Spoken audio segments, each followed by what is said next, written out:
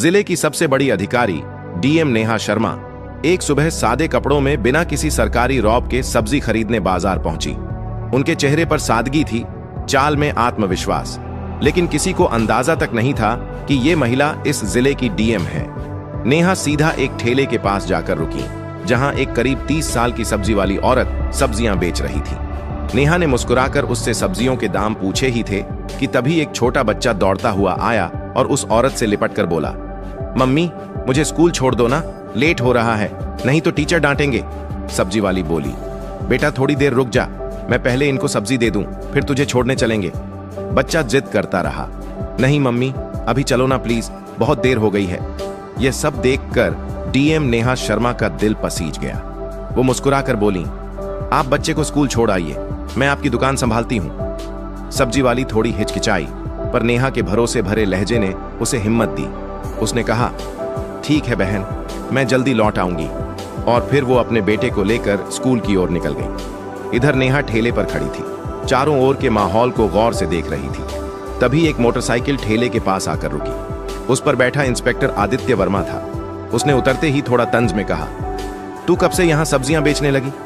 यहां तो एक औरत हुआ करती थी, वो कहां गई?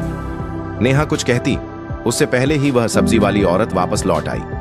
इंस्पेक्टर को देखकर उसके चेहरे पर घबराहट छा गई। झुककर बोली, क्या चाहिए आपको इंस्पेक्टर साहब? जो मन हो ले लीजिए।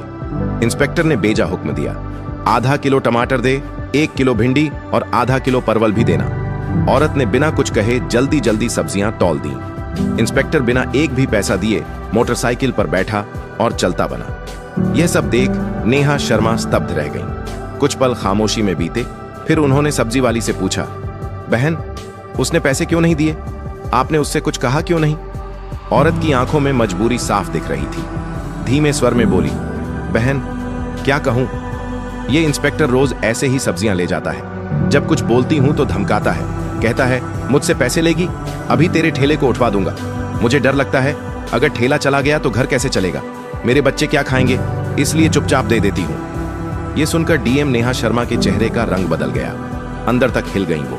उन्हें यकीन नहीं हो रहा था कि कानून के रक्षक खुद कानून का मजाक उड़ा रहे हैं। उन्होंने गंभीर स्वर में कहा, बहन अब ऐसा नहीं होगा, मैं अब आपके साथ हूं।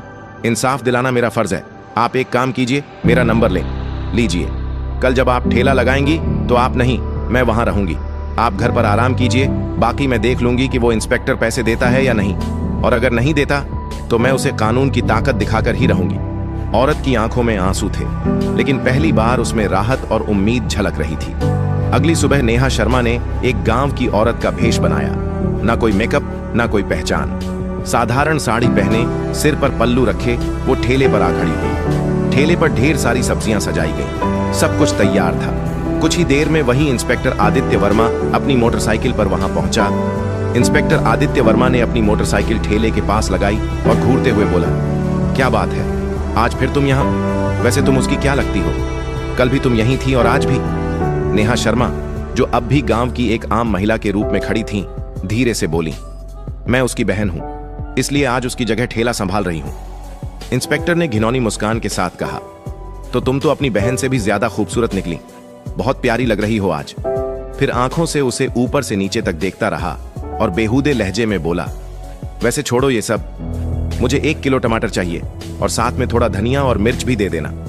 नेहा ने बिना कोई प्रतिक्रिया दिए सब्जियां तौली और चुपचाप उसके हाथ में दे दी। जैसे ही इंस्पेक्टर सब्जियां लेकर पलटने लगा और मोटरसाइकिल स्टार्ट की, नेहा ने सख्त आवाज में कहा, रुकिए, आपने अभी तक सब्जियों के पैसे नहीं दिए, सब्जियों के पैसे दीजिए, ऐसे नहीं चलेगा। इंस्पेक्टर झुंझलाकर बोला, कौन से पैसे? मैं तो रोज फ्री में लेता हूं, अपनी बहन से पूछ लेना, वो तो कुछ नहीं कहती, और तुम ज्यादा जुबान मत चलाओ मेरे सामने। वो फिर से जाने लगा। तभी नेहा ने तेजी से कहा, आप मेरी बहन से चाहे जैसे लेते हो, लेकिन मुझसे नहीं। सब्जियों के पैसे देने होंगे, हमें भी पैसे खर्च करके ही ये सब्जी लानी पड़ती है, और अगर हम एक दिन सब्जी न बेचें तो हमारे घर का चूल्हा नहीं जलता। आप जैसे लोग फ्री में सब्जी ले जाकर हमारे पेट पर लात मारते हैं। इतना सुनना था कि इंस्पेक्टर का घमंड भड़क उठा। उसने गुस्से में आकर एक जोरदार थप्पड़ नेहा के गाल पर जड़ दिया। नेहा लड़खड़ाई, लेकिन खुद को संभाल लिया। आंखों में आंसू थे, लेकिन आत्मसम्मान अब और चुप रहने को तैयार नहीं था। नेहा ने कांपती आवाज में कहा, आपने एक महिला पर हाथ उठाकर बहुत बड़ी गलती की है, इसका अंजाम भुगतना पड़ेगा आपको। इंस्पेक्टर और भड़क गया। गुस्से में चिल्लाया, तू मुझे सिखाएगी? तेरी इतनी औकात? अभी बताता हूं। फिर उसने नेहा के बाल खींच लिए। नेहा दर्द से कराह उठी, लेकिन बाल छुड़ाकर बोली, ये सब बहुत गलत हो रहा है। मैं तुम्हारे खिलाफ रिपोर्ट करवाऊंगी। तुम्हें सब्जियों के पैसे देने ही होंगे। लेकिन इंस्पेक्टर अपनी हैसियत के नशे में डूबा हुआ था। बोला, रिपोर्ट? तेरी इतनी औकात है? तू एक सब्जी बेचने वाली और मैं इस थाने का इंस्पेक्टर। मैं तुझे यहीं खड़े खड़े खरीद सकता हूं। ज्यादा जुबान चलाई तो उल्टा तुझे ही जेल में डाल दूंगा। इतना कहकर वो मोटरसाइकिल स्टार्ट कर वहां से चला गया। नेहा गुस्से से कांप रही थी, लेकिन अब भी उन्होंने खुद को संयमित रखा। वो जानना चाहती थी कि ये इंस्पेक्टर कितनी हद तक गिर सकता है। कुछ पल ठेले के पास बैठने के बाद उन्होंने सब्जी वाली को फोन किया और कहा, अब तुम ठेले पर आ जाओ। सब्जी वाली के आते ही नेहा वहां से चुपचाप निकल गई। घर जाकर उन्होंने अपने साधारण कपड़े बदले और पीले रंग का सलवार सूट पहनकर एक सामान्य महिला की तरह बिना किसी पहचान के थाने पहुंची। थाने में पहुंचते ही उन्होंने देखा कि इंस्पेक्टर आदित्य वर्मा वहां मौजूद नहीं था। एक हवलदार डेस्क पर बैठा था। नेहा ने सीधा उससे पूछा, मुझे रिपोर्ट दर्ज करानी है। इंस्पेक्टर आदित्य वर्मा कहां हैं? और एसएचओ साहब से मिलना है। हवलदार ने जवाब दिया, इंस्पेक्टर साहब कुछ काम से घर गए हैं और एसएचओ साहब भी फील्ड विजिट पर बाहर गए हैं।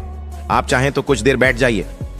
नेहा की आंखों में अब इंसाफ की आग थी और ये आग अब रुकने वाली नहीं थी। थाने में कुछ ही पल बीते थे कि अचानक दरवाजा खुला और भीतर एसएचओ रतिक राणा ने प्रवेश किया। भारी कदमों के साथ अंदर आते ही उसकी नजर पीले रंग का सलवार सूट पहने उस साधारण सी दिखने वाली लड़की पर पड़ी, जो और कोई नहीं बल्कि डीएम नेहा शर्मा थीं। रतिक राणा ने कड़क आवाज में पूछा, तुम कौन हो और यहां क्यों आई हो? नेहा ने शांत स्वर में कहा, मुझे रिपोर्ट दर्ज करवानी है। यह सुनकर रतिक राणा व्यंग्य में मुस्कुराया और बोला, रिपोर्ट करवानी है तो पहले कुछ खर्चा पानी लाया है? यहां रिपोर्ट दर्ज कराने के लिए 10 से 20 हजार लगते हैं। लाई हो तो निकालो फटाफट, फिर लिखवाता हूं तुम्हारी रिपोर्ट। यह सुनते ही नेहा शर्मा का चेहरा सख्त हो गया। उन्होंने गंभीर स्वर में कहा, किस बात का पैसा? रिपोर्ट दर्ज करवाने के लिए कोई शुल्क नहीं लगता। आप रिश्वत क्यों मांग रहे हैं? रतिक राणा हंसते हुए बोला, तुम्हें किसने कहा कि मुफ्त में रिपोर्ट होती है? यहां जो भी आता है अपनी मर्जी से पैसे देता है, और अगर नहीं देगा तो उसकी रिपोर्ट नहीं लिखी जाएगी। अब तुम्हारी मर्जी है। नेहा ने गहरी सांस ली, फिर बोली, ठीक है, लीजिए 10,000 रुपए, अब रिपोर्ट लिखिए। पैसे लेते ही आर्तिक राणा ने पूछा, बताओ किसके खिलाफ रिपोर्ट है? नेहा ने गंभीर होकर कहा, इंस्पेक्टर आदित्य वर्मा के खिलाफ। उन्होंने एक सब्जी बेचने वाली औरत से बदतमीजी की। रोज उसके ठेले से बिना पैसे के सब्जियां उठाते हैं और जब मैंने विरोध किया तो मुझ पर हाथ उठाया। मैं इस पर सख्त कानूनी कार्रवाई चाहती हूं। रतिक राणा का चेहरा स्याह पड़ गया। घबराहट उसके चेहरे पर साफ दिख रही थी। उसने हकलाते हुए कहा, वो तो हमारे थाने के सीनियर इंस्पेक्टर हैं, और वैसे भी अगर कोई फ्री में सामान दे दे तो इसमें क्या गलत है? हम पुलिस वाले हैं, थोड़ा बहुत चलता है। नेहा अब सब समझ चुकी थी। यह सिस्टम अंदर से सड़ चुका था। ये केवल वर्दी नहीं, गरीबों की मजबूरी का सौदा कर रहे थे। उन्होंने कुछ नहीं कहा, बस चुपचाप थाने से निकल गईं। लेकिन उनकी आंखों में अब एक आग जल चुकी थी। अगले दिन सुबह डीएम नेहा शर्मा वर्दी पहनकर गाड़ी से सीधे उसी थाने में पहुंची। साथ में उनके सरकारी गार्ड्स भी थे। थाने के गेट पर वर्दी में उन्हें देखकर सारा स्टाफ हक्का बक्का रह गया। अंदर घुसते ही इंस्पेक्टर आदित्य वर्मा और एसएचओ रतिक राणा दोनों मौजूद थे। दोनों के चेहरे पर हवाइयां उड़ गईं जब उन्होंने सामने उसी लड़की को देखा जिसे उन्होंने अपमानित किया था। लेकिन आज वो आम औरत नहीं थी, बल्कि जिले की डीएम थी। घबराए हुए दोनों एक साथ बोले, आप कौन हैं और ये वर्दी क्यों पहनी है? नेहा की आंखें अब एक अधिकारी की गरिमा से चमक रही थीं। उन्होंने गंभीर स्वर में कहा, वर्दी नहीं दिख रही? मैं हूं इस जिले की डीएम नेहा शर्मा, और मैं अब सब जान चुकी हूं कि इस थाने में किस तरह गरीबों को धमकाया जाता है, उनसे पैसे ऐंठे जाते हैं और कानून के नाम पर अत्याचार किया जाता है। दोनों के पांव तले जमीन खिसक गई। घबराहट में उनकी आवाज कांपने लगी। मैडम, ये क्या कह रही हैं आप? अगर आप वाकई डीएम हैं तो हमें कोई आईडी दिखाइए। नेहा ने बिना एक शब्द कहे अपने बैग से सरकारी पहचान पत्र निकाला और आर्तिक राणा के सामने रख दिया। आईडी देखकर रतिक राणा के हाथ कांपने लगे। उसके चेहरे से सारा रंग उड़ गया। तुरंत हाथ जोड़ते हुए नीचे झुक गया। माफ कर दीजिए मैडम, मुझे नहीं पता था कि आप डीएम मैडम हैं। मुझसे बहुत बड़ी गलती हो गई। पीछे खड़ा इंस्पेक्टर आदित्य वर्मा भी अब तक घबराया हुआ था। वह भी हाथ जोड़कर बोला, मैडम जी माफ कर दीजिए, जो हुआ गलती में हुआ, आगे से कभी नहीं होगा। दोनों अधिकारी अब शर्मिंदगी में सिर झुकाए खड़े थे। लेकिन डीएम नेहा शर्मा की आवाज में अब कोई नरमी नहीं थी। उन्होंने कठोर स्वर में कहा, आज से तुम दोनों सस्पेंड हो। वर्दी पहनकर तुमने क्या किया है उसका हिसाब अब कानून करेगा। इस जिले में अब गरीबों का अपमान नहीं होगा, ना ही वर्दी की आड़ में लूटपाट। फिर उन्होंने पीछे खड़े स्टाफ को निर्देश दिया, इन दोनों को तत्काल प्रभाव से निलंबित किया जाए और इनके खिलाफ विभागीय जांच शुरू हो। पूरा थाना अब खामोश था। डीएम नेहा शर्मा ने एक बार फिर साबित कर दिया था कि वर्दी सिर्फ ताकत नहीं, जिम्मेदारी का प्रतीक होती है। डीएम नेहा शर्मा ने कड़े स्वर में दोनों अफसरों की ओर देखा और बोली, तुम दोनों माफी के लायक नहीं हो। आज जो तुमने किया है वो एक अधिकारी नहीं, एक अपराधी करता है। अगर मैं तुम्हें माफ कर दूंगी तो तुम फिर वही हरकतें करोगे, फिर किसी गरीब को कुचलोगे, फिर किसी मासूम की आवाज दबाओगे। इतना कहकर वो आगे बढ़ने लगी, लेकिन तभी इंस्पेक्टर आदित्य वर्मा और एसएचओ रतिक राणा दोनों उनके पैरों में गिर गए। आंखों में पश्चाताप और चेहरे पर शर्म साफ झलक रही थी। मैडम, आप बिल्कुल सही कह रही हैं, हम वाकई माफी के लायक नहीं, रतिक राणा बोला। लेकिन एक आखिरी मौका दीजिए, हम सच में बदल जाएंगे। आज के बाद किसी गरीब को नहीं सताएंगे, किसी से फालतू पैसे नहीं लेंगे और हर फरियादी की इज्जत करेंगे। आदित्य वर्मा ने भी सिर झुकाकर कहा, हमें माफ कर दीजिए मैडम, वादा करते हैं कि दोबारा ऐसी गलती नहीं होगी, और अगर हो भी गई तो आप हमें सस्पेंड नहीं, सीधे जेल भेज देना। नेहा शर्मा कुछ देर चुप रहीं। उनकी आंखें दोनों की नम आंखों और डरे हुए चेहरे पर टिक गईं।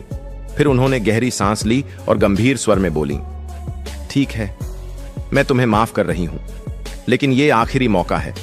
अगली बार अगर किसी भी गरीब की आवाज मुझ तक पहुंची, अगर फिर किसी ने कहा कि थाने में अन्याय हुआ है, तो मैं तुम दोनों को सिर्फ सस्पेंड नहीं, सलाखों के पीछे डालूंगी, और इस बार कोई माफी नहीं होगी। दोनों अफसरों ने सिर झुका लिया। उनका आत्मसम्मान चूर चूर हो चुका था, लेकिन अब उनमें सुधार की एक सच्ची झलक थी। नेहा शर्मा ने थाने से बाहर निकलते वक्त एक नजर पूरे स्टाफ पर डाली और बोली, पुलिस की वर्दी डराने के लिए नहीं, भरोसा देने के लिए होती है। इस वर्दी की इज्जत तभी होगी जब इसे पहनने वाले खुद इज्जत देना सीखेंगे। डीएम के जाते ही पूरे थाने में सन्नाटा छा गया। सबके चेहरों पर शर्म और सोच की लकीरें थीं। उस दिन के बाद पूरा थाना जैसे बदल गया। अब न कोई रिश्वत लेता था, न किसी गरीब की आवाज दबाई जाती थी। हर फरियादी की बात सुनी जाती, रिपोर्ट बिना पैसों के दर्ज होती और सड़क से बाजार तक हर जगह पुलिस लोगों की मदद करती नजर आने लगी। सब्जी वाली औरत भी अपने ठेले पर मुस्कान के साथ बैठती थी, क्योंकि अब उसे किसी का डर नहीं था। ये कहानी हमें सिखाती है कि हिम्मत और ईमानदारी से बड़ी कोई ताकत नहीं होती। अगर किसी पद पर बैठा व्यक्ति अन्याय करता है तो उसकी वर्दी नहीं, उसके कर्म बोलते हैं। और जब सच बोलने वाला उठ खड़ा होता है तो पूरा सिस्टम बदल सकता है। अगर आपको यह वीडियो पसंद आया हो तो एक लाइक जरूर करें, गरीबों की आवाज को और लोगों तक पहुंचाने के लिए शेयर करें, और ऐसी ही कहानियों के लिए हमारे चैनल मशकूर वॉइस को सब्सक्राइब करना न भूलें। धन्यवाद।